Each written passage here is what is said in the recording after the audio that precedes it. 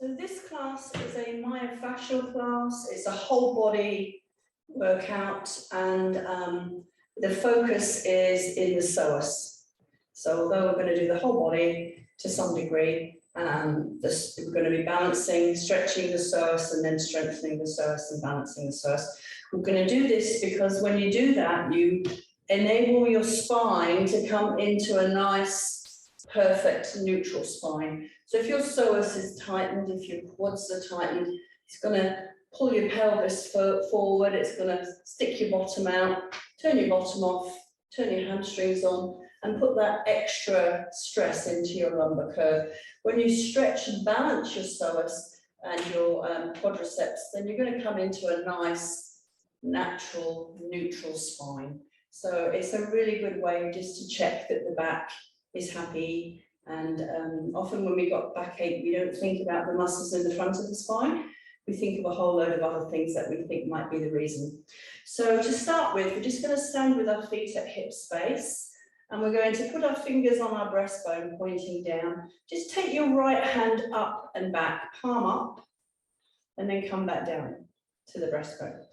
You could soften your knees. You could take the palm up. You could add a little bit of rotation and look at the hand at the back. Make sure your neck's happy with that.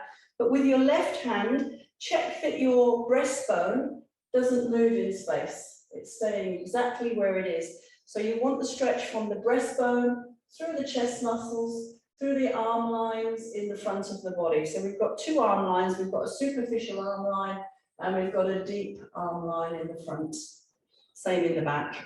So this is going to be a nice stretch for those. Just check that as you turn your head, your chin is slightly tucked, not over tucked, just slightly, just to bring those neck muscles into engagement so that your neck is stable. Come back in. Try the other side. Just try the arm first of all, and just feel the stretch from the breastbone to the fingers, and then come back in, and then add the head turn, but the breastbone is not moving. So you're not rotating through the pelvis. Just reach and feel the stretch from the breastbone to the fingertips. And again. So I can even feel in this exercise that there's some involvement with the deep back arm line as well. So I can feel the muscles of my shoulder blade, the back of the arm. Okay, one more. So now keep your head looking forward, but take both arms up and back. Get a little bit of elevation in the rib cage. So if you were to breathe in and lift the heart, breathing out, if you've got neck issues, you could just look forward. And if you haven't got neck issues, you could keep your chin tucked and you could expand the rib cage and you could look up. And lifting up, take a breath in, you're really stretching the rib cage. And come back in, big stretch, couple more. Last one. So again, I can feel those deep arm lines in the back, around the shoulder blade areas, doing that as well. So take your feet a little bit wider, and we're going to just think right and left for this. You're going to take your right hand up high, palm up, bring it back in, and then you're going to take your left arm low, palm up. Okay, so right palm up, you're looking at the hand. As you take your left palm up and back, add a little bit of a lunge. As you take your right hand up, step together and spiral through the body. So you've got a side step, lunge, rotation, feet together, spiral line. So you're going to lunge. So it's up to you. If you look at the hands, you're going to get quite a lot of movement through your spiral line, but you might also get a little bit disorientated, a little bit dizzy. So just see what's around you, make sure there's no coffee tables and things that you can sort of fall over and bang into, and just see if you can feel that spiral line.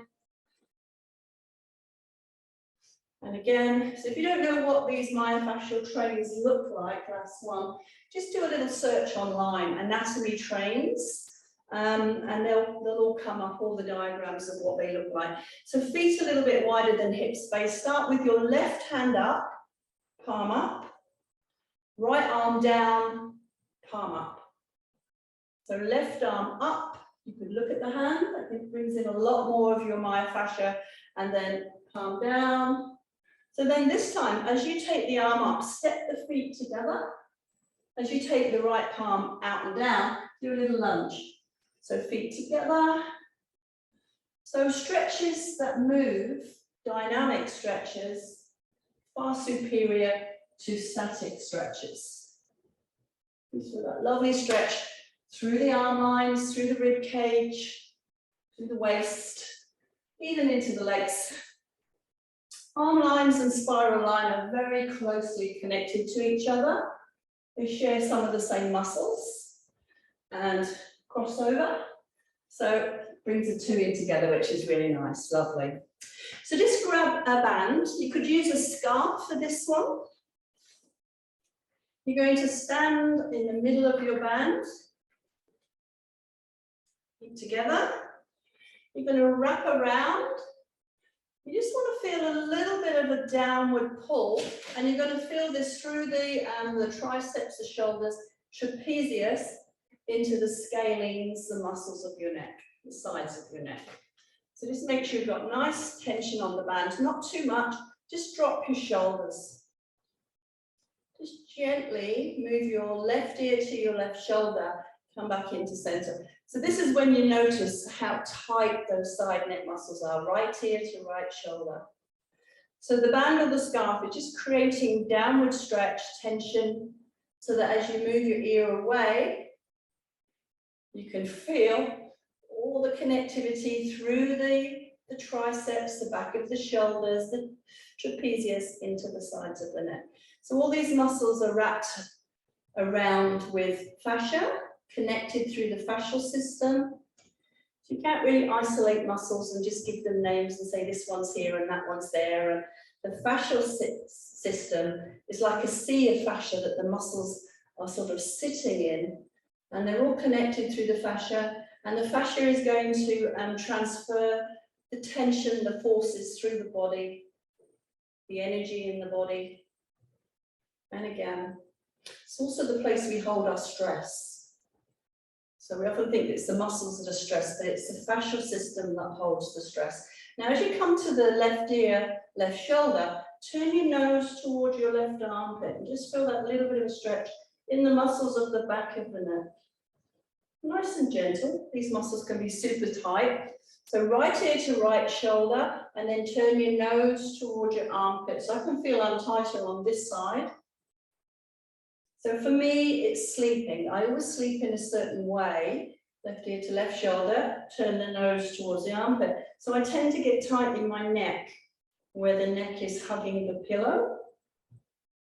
It could be work related if you work in an office. It could be where how your station is set up, your workstation, where things are placed, what you're looking at over and over again. So now just come into center, just do some shoulder rolls. Make sure if you've got a scarf, not a stretchy band, that's only applying gentle stretch, not too strong. You could turn your circles to come forward. Sometimes this moves a little bit crunchy because your ears are very close to what's going on, and you can hear the calcifications being in their bones, just moving around, and you can hear it, so it's a little bit disconcerting. How about bringing your shoulders together in the front, stretch your upper back. That's serratus in the upper back. How about bringing the shoulders together in the back and stretching your upper chest? So that's pectoralis minor. So you're bringing the shoulders forward, you get that strong stretch, you could look down. As you take your shoulders back, you could look up. As you bring your shoulders forward, you're looking in, you're closing. Just find a stretch that feels good. As you're drawing the shoulders back, you're lifting the heart and come back into center. And we'll just let go of the bands. That's all we're going to do. So just a quick look at the neck. So just start by, always a good test is just to see if you can touch your toes, your shins, the floor. It's not really a good indication of flexibility. Some people have got short legs, short arms, they can reach the floor quite easily, they're not too tight. We're just testing how tight we are through the superficial back line, the line of connection in the back of the body. This is also an exercise that you can really hurt your back. You know, you get people that try to touch the floor and bounce. It's not a good exercise at all. It doesn't give you a good indication of flexibility. You just got to be really careful on this one until your back gets used to it. So what you're going to do is you're going to grab a ball, smooth ball or a head jog, it's up to you. I really like the smooth balls for the feet. And you're just going to start in the middle of the foot. I might just bring this onto the mat so it doesn't slip around too much. So you're just getting right into the plantar fascia of the feet. So just circles. It can be pretty tender in here. And then you're going to put the foot down and you're just going to go side to side. Just behind the widest part of the foot.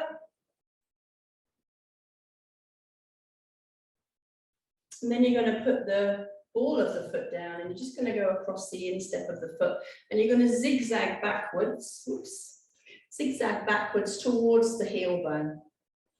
Zigzag forward. You don't even need to do very much on the feet to get a really sort of strong reaction. Just press from the big toe, the joint of the big toe up towards the heel.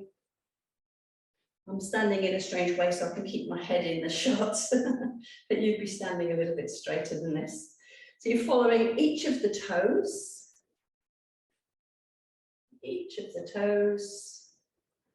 and you're just taking stock of how tight they feel. Okay, and if you can, I'm going to move back a bit and then I don't have to stand in a strange hunch position, that's better. And then if you felt that any of those lines were tighter than the others, just go back and repeat them.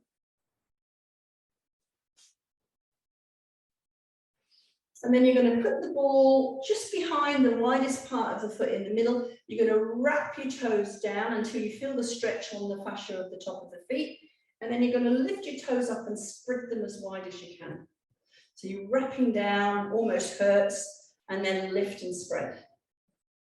Wrapping under, lift and spread. That's one, wrapping under, lifting and spreading. Keeping that heel on the floor, bend your other knee, and just roll down.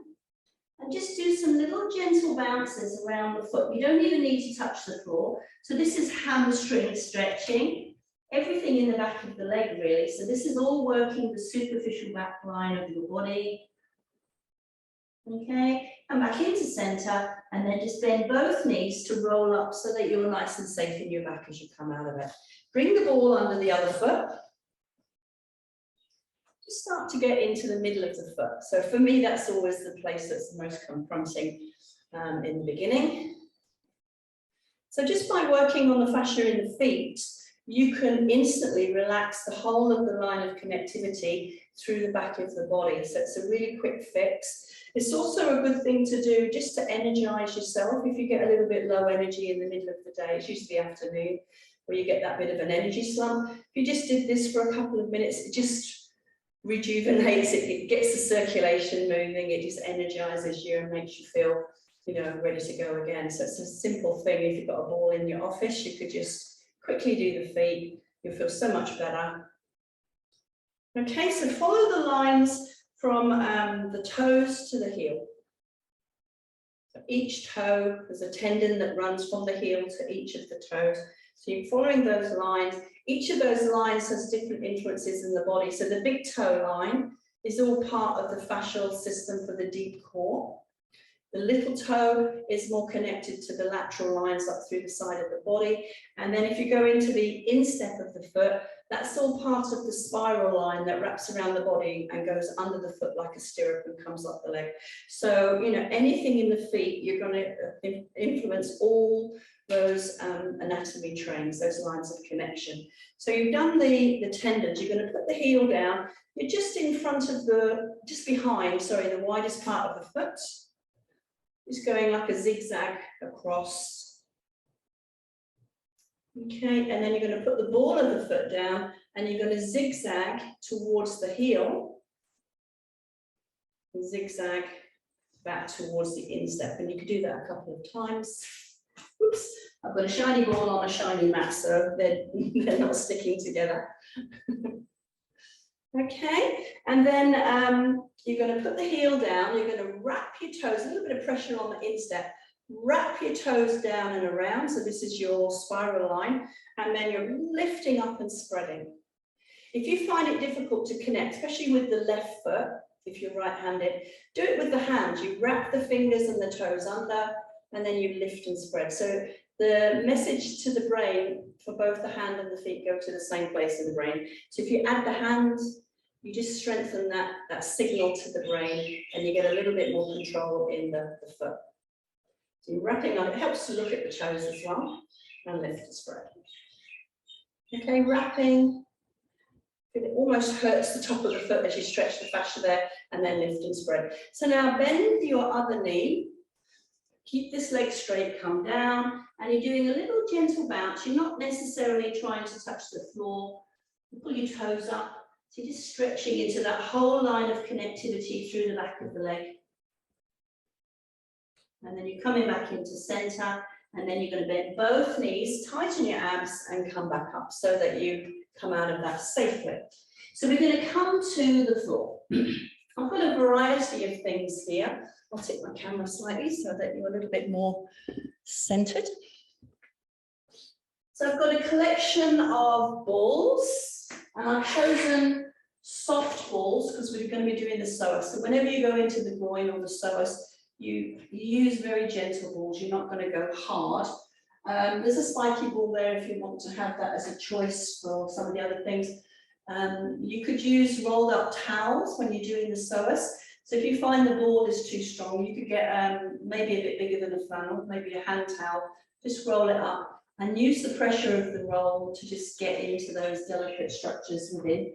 Half roller, or you could use a pillow, medium-sized pillow. And if you've got a roller, grab your roller. And if you haven't got a roller, then you can just get a bath towel and roll it up. So it's the same sort of dimension, and that will give you a really nice release as well. So we're going to come into psoas, and to begin with, we're going to start with iliacus. Now, iliacus is the strongest of our hip flexors. So a hip flexor is a muscle that brings the leg up. So Iliacus is on the inside of the curve of the pelvis. You've got these bones here for the pelvis. So if that was the curve of the pelvis, iliacus is on the underside, and it goes, it connects to the whole of that bone, and it connects into the inside of your leg bone. So this is your strongest hip flexor. Your psoas, you've got your diaphragm here, your psoas comes down, and then it branches out into iliacus, and then it connects into the inside of your leg bone. The psoas's job is more to support and stabilize the lumbar spine. So they're both working together. So sometimes they call it iliopsoas. So they put the two together. And just some of the things that are really bad for your iliopsoas is some of us, I mean, I did it for years and years when I used to be a gym bunny, is we go around pulling up abs because we want to look slimmer, we want to look, a size smaller. But if you keep pulling your abs in all the time, you're going to weaken your psoas, and you're also going to affect the diaphragm. So it's going to affect your breathing. It's going to decrease your stability, the opposite of what you think. So the way to use the abdominal muscles is just to get them strong and balanced in the powerhouse, in that cylinder of muscles. Get them strong so that they're active all the time, but without you having to use any effort. So that they're just there, and they're acting as a corset that wraps around your core and protects and keeps everything pulled in and looking lovely. But you shouldn't be actively pulling in, just like you shouldn't be actively pulling up through your pelvic floor. These things are going to weaken the muscles, and they're going to destabilize them. So the secret is to get a strong core, and then it'll be working for you all day, every day, without you having to think about it. So iliacus, you can get your fingers, and you can just put your fingers under the rim of the bone. You can sort of get your thumbs, if you dig your thumbs in, you can feel there's a thick muscle there straight away. It's a pretty big, strong muscle. And you're not going to get to all of it, but you can get to the fascia through the abdominal fascia that connects into that whole line of connectivity. The best way to do iliacus is to lie on your side, So as you lie on your side, all your organs drop away towards the floor. And then with your knees bent so that your abs are relaxed, if your legs are straight, those abs are very taut. So with your knees bent, you're just going to get underneath, under the rim. And, you know, if the psoas of the Iliacus is okay, you'll just feel it's a nice release. If you've got issues, you know, maybe you've got something going on in your back, maybe you've got leg length discrepancy, maybe you've got SI joint dysfunction, could be to do with postural things that you're doing. You might find that you're very tender in here. So I find when my back is not happy, this muscle, Iliacus, is always very unhappy as well. So you could lie flat. The other thing you can do is just get your hands under your clothing and use your opposite hand and just get in there. So for me, this side's always a little bit more tender. So you don't really want to go in there with anything more than fingers. Okay, another thing you can do is you lie on your back, knees bent, and you can get to these, just like you tilt your pelvis, you can get right in under the rim on both sides, so that's a good way of doing it as well. So for me, pretty sore, and especially near the higher part. So you're just relaxing. As you come to the top of the pelvis, it's called the ilium, the bone here, you can start to squeeze your obliques. So the obliques through the fascial system are all connected and go down into the pelvis, into the pelvic floor through the fascial system. So fingers on top, thumbs underneath, feels nice. And then I like to reverse it, fingers underneath, thumbs on top. Just grabbing the flesh and you're just sponging. So you squeeze, release, squeeze, release. Okay, so then you work in the two sides together, or you could just roll onto your other side and do the other side now in side line. I'm going to just change the ends so that I can see the camera so that all the abdominal organs fall away. So then you've created space to get your fingers in and underneath. So once you get used to doing this, it's a strange thing to do at first. You can get quite a long way. I can get in, you know, sort of past my second knuckle, in underneath. And you're not necessarily getting to all of it, but you're working the fascia that continues all around it and through it. So through the fascial system, you manage to get into that muscle. And again, the obliques. It's always nice to do the obliques. Okay. So coming up into sitting, grab your two soft balls. So I choose what I call two-tone balls. They're hollow, they're soft. You can get them from the dollar shops. Cheap and cheerful, but they're really good for doing lots of things with myofascial work. You don't have to spend a lot of money.